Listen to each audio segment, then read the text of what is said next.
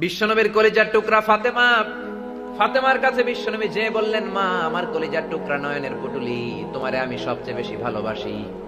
আমার চাচাতো ভাই আলী তোমাকে বিয়ের প্রস্তাব দিয়েছে, আল আনতে রাদিয়া, তুমি রাজি কিনা বলো।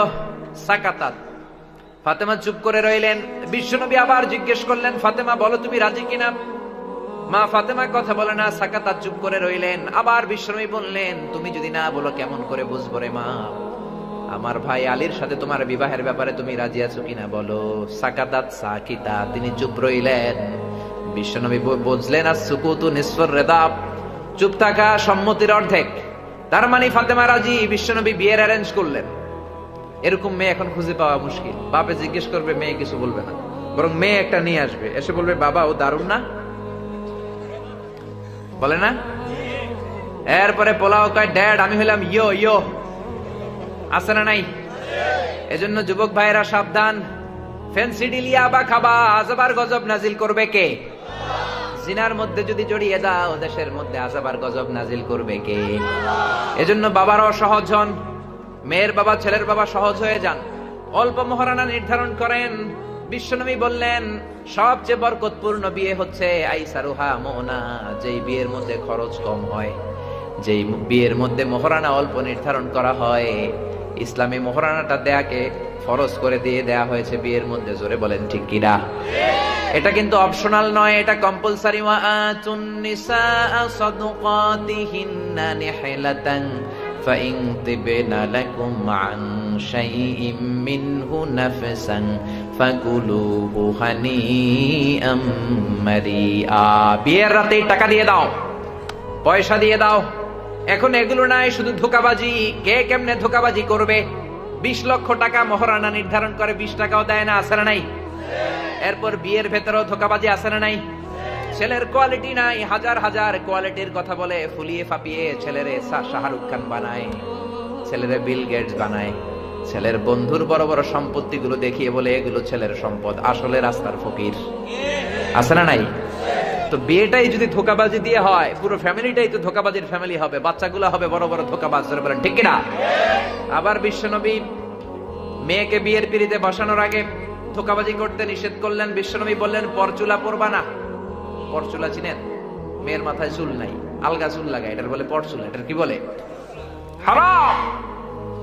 আল মুতাগায়্যিরাতু লিখালকিল্লাহ, আল্লাহর দেয়া স্বাভাবিক সৃষ্টিকে যেই নারীরা বিকৃত করলো, কিয়ামতের দিন আসামির কাঠগড়ায় দাঁড়াবে। ব্রু প্লাক করে, একেবারে ঐশ্বরিয়া রায় বানায় এমনি, তারপরে পশম প্লাক করে, এগুলো হারাম, ঠিক কিনা? আবার অনেক মেয়ের মাথায় চুল কম, বিয়ের আগে মেয়ের মাথায় পরচুলা লাগায়, তারপরে ছেলের সামনে বসায়। ছেলে দেখে তো মহা খুশি, আরে ঐশ্বরিয়া রায়, আমি রাজি। ছেলের বাপও রাজি, মেয়েও রাজি। বিয়ে হয়ে গেলে এবার বাসর রাত।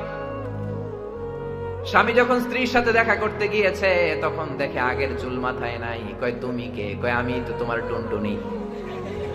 তুমি আমার টুনটুনি, তো তোমার চুল কই? কয়, চুল নাই, পরচুলা লাগাইছিলাম। শুরু হলো ভেজাল দিয়ে, যেরকম, ঠিক কিনা? আবার ছেলেরাও এরকম করে, মাথায় চুল নাই, সালমান খানের চুল লাগায়, আমির খানের চুল লাগায়, অমিতাভ বচ্চনের চুল লাগায়।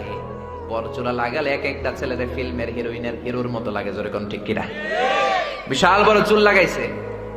মেয়ে পক্ষ দেখতে আসছে, মেয়ে তো মানি পারে না, এখনো বিয়ে করে ফেলে। মেয়েও খুশি, মেয়ের বাবাও খুশি, মাও খুশি, হয়ে গেল বিয়ে। এবার বাসর রাত, ছেলে ঘরে ঢুকেছে, ছেলেরে দেখা মাইয়া দেয় দৌড়। কারণ মেয়ে মনে করতেছে এটা তো আমার জামাই না, পরপুরুষ এখানে আসে কেন? ছেলে বলে, ও দৌড় দিও না, ও আমার কলিজার টুকরা টুনটুনি, আমি তোমার আসল বর। তুমি বর, তোমার মাথায় মাল কই, ছাদে মাল কই? চুল কই? কত বড় চুল দেখলাম, ছাদে তো তোমার কোনো মাল নাই। কই, আসলে আমার মাথার মধ্যে চুল নাই, ওগুলো ছিল পরচুলা। হারাম। জোরে বলেন ঠিক কিনা? বিশ্বনবী বললেন, মান গাশশানা ফালাইসা মিন্না, he is not among us who deceives us, যে আমাদেরকে ধোঁকা দেয় সে আমার উম্মত নয়। জোরে বলেন ঠিক কিনা? এজন্য বিয়েটারে সহজ করে দেন। বিশ্বনবীর জামানায় দুর্ভিক্ষের বছর, এক সাহাবী এসে বললেন, ইয়া রাসূলুল্লাহ, বিয়ে করব, টাকা নাই। বিশ্বনবী বললেন, টাকা না থাকলে কেমন করে মোহরানা দিবা? এই কথা কিসের ভাইজান? কথা বলেন না, হুজুরে নিয়ে আসেন, বসান। টাকা না থাকলে মোহরানা দিবা কেমনে? সাহাবী বললেন, আমি গরিব মানুষ, টাকা পাবো কই? বিশ্বনবী বললেন তাহলে এক বক্স খেজুর আনো, এক বক্স খেজুর জোগাড় করতে পারবে কিনা বলো। সাহাবী বলল ইয়া রাসূলুল্লাহ ইয়া হাবিবাল্লাহ, এক বক্স খেজুর আনা যাবে। এক বক্স খেজুর এনে দিল। এক যুবতীরে বিশ্বনবী বললেন ও যুবতী, বিয়ে করবা কিনা বলো। যুবতী বলল করব। বিশ্বনবী খুতবা পড়িয়ে ইজাব কবুলের মাধ্যমে দুইজনের বিয়ে পড়িয়ে দিলেন। আর মেয়েটারে বললেন তোমার স্বামী দরিদ্র, টাকা পয়সা নাই, এক বক্স খেজুর এনে দিয়েছে, মা খেজুরের বক্সটা হাতে নাও। এই এক বক্স খেজুর হলো মা তোমার বিয়ের মোহর। আরো আস্তে কোন সুবহানাল্লাহ। এক বক্স খেজুর দিয়ে বিয়ে হয়ে যায়। আবার এক সাহাবী বললেন নবী বিয়ে করব। বিশ্বনবী বললেন হালে ইনদাকা সাদাক, মোহরানা কই? মোহরানা নাই। খেজুর আসেনি? কই খেজুরও নাই। কি আছে? কই কিচ্ছু নাই, পরনের লুঙ্গি ছাড়া কিছু নাই। বিশ্বনবী বললেন এত গরীব তুমি, কেমন করে বিয়ে করবা? মোহরানা তো ফরজ। কয়টা সূরা পারো? সাহাবী বললেন 3টা। জোরে বলেন কয়টা?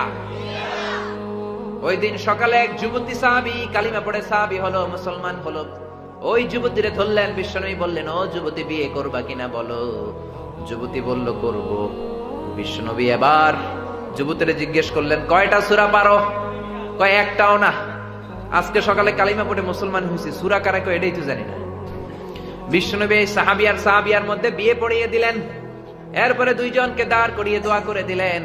আর মেয়েটারে ডেকে বললেন মা, তোমার স্বামীর কোনো টাকা পয়সা নাই, মোহরানা দেওয়ার ক্ষমতা নাই, তুমি কোনো সূরা পারো না, তোমার স্বামী সূরা পারে কয়টা? তুমি একটাও পারো না, তোমার স্বামী পারে 3টা। আজ থেকে প্রতি রাতে এশার নামাজের পর তোমার স্বামী একটু একটু করে 3টা সূরা তোমারে মুখস্থ করায় দিবে মা। এই 3টা সূরাই হলো রে মা তোমার বিয়ের মোহর। সহজ না কঠিন? এজন্য খবরদার, সহজ হয়ে যান। মোহরানা আমরা বাদ দিছি, আর যৌতুক ঢুকে গেছে। জোরে কোন ঠিক কিনা? যৌতুক খাওয়া যাবে? জোরে বলেন। যৌতুক চাওয়া মানে হচ্ছে ভিক্ষা চাওয়া। তুমি যৌতুক না আছে ভাঙ্গা একটা প্লেট নিয়ে মসজিদের বারান্দায় বসো।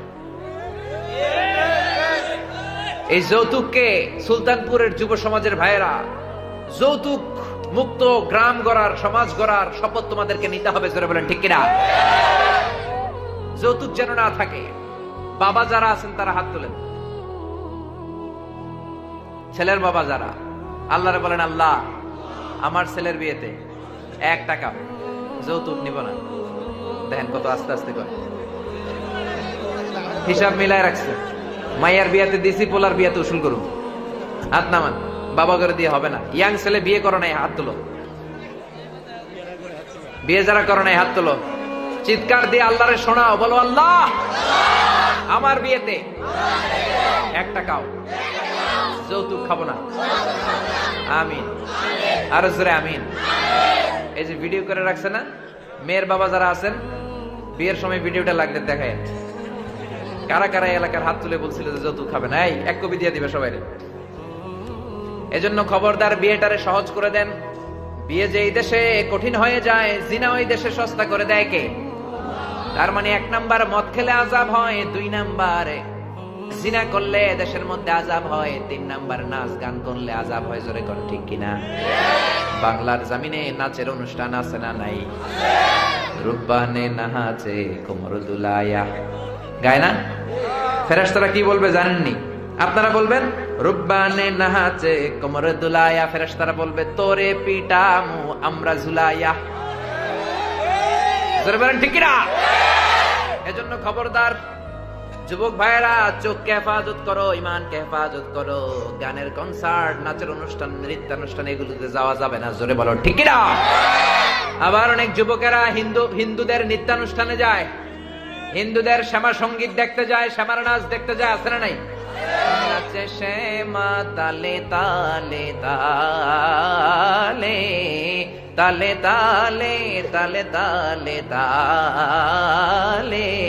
কবরে গেলে ফেরেশতারা বলবে জোতা মার বোতর গালে গালে গালে। জোরে বলেন ঠিক না? এজন্য খবরদার যুবক ভাইয়েরা, এই 4টা কাজ গুনে গুনে বেঁচে থাকবা। মদ, ইয়াবা, ফেন্সিডিল, হিরোইন খাওয়া যাবে না। 2 নাম্বার জিনার কাছেও যাওয়া যাবে না। 3 নাম্বার নাচের অনুষ্ঠানে যাওয়া যাবে না। 4 নাম্বার হারাম গানের অনুষ্ঠানেও যাওয়া যাবে না। জোরে বলেন ঠিক কি না? এগুলো থেকে বেঁচে থাকলে দেশটারে বরকতময় করে দিবে কে? আর নারীদের প্রতি সংক্ষেপে উপদেশ, জি বাংলা দেখা যাবে না। জোরে কোন ঠিক কি না? স্টার জলসা দেখা যাবে না। কিরণমালা দেখা যাবে না। এগুলো হচ্ছে পারিবারিক অশান্তির মূল। জোরে বলেন ঠিক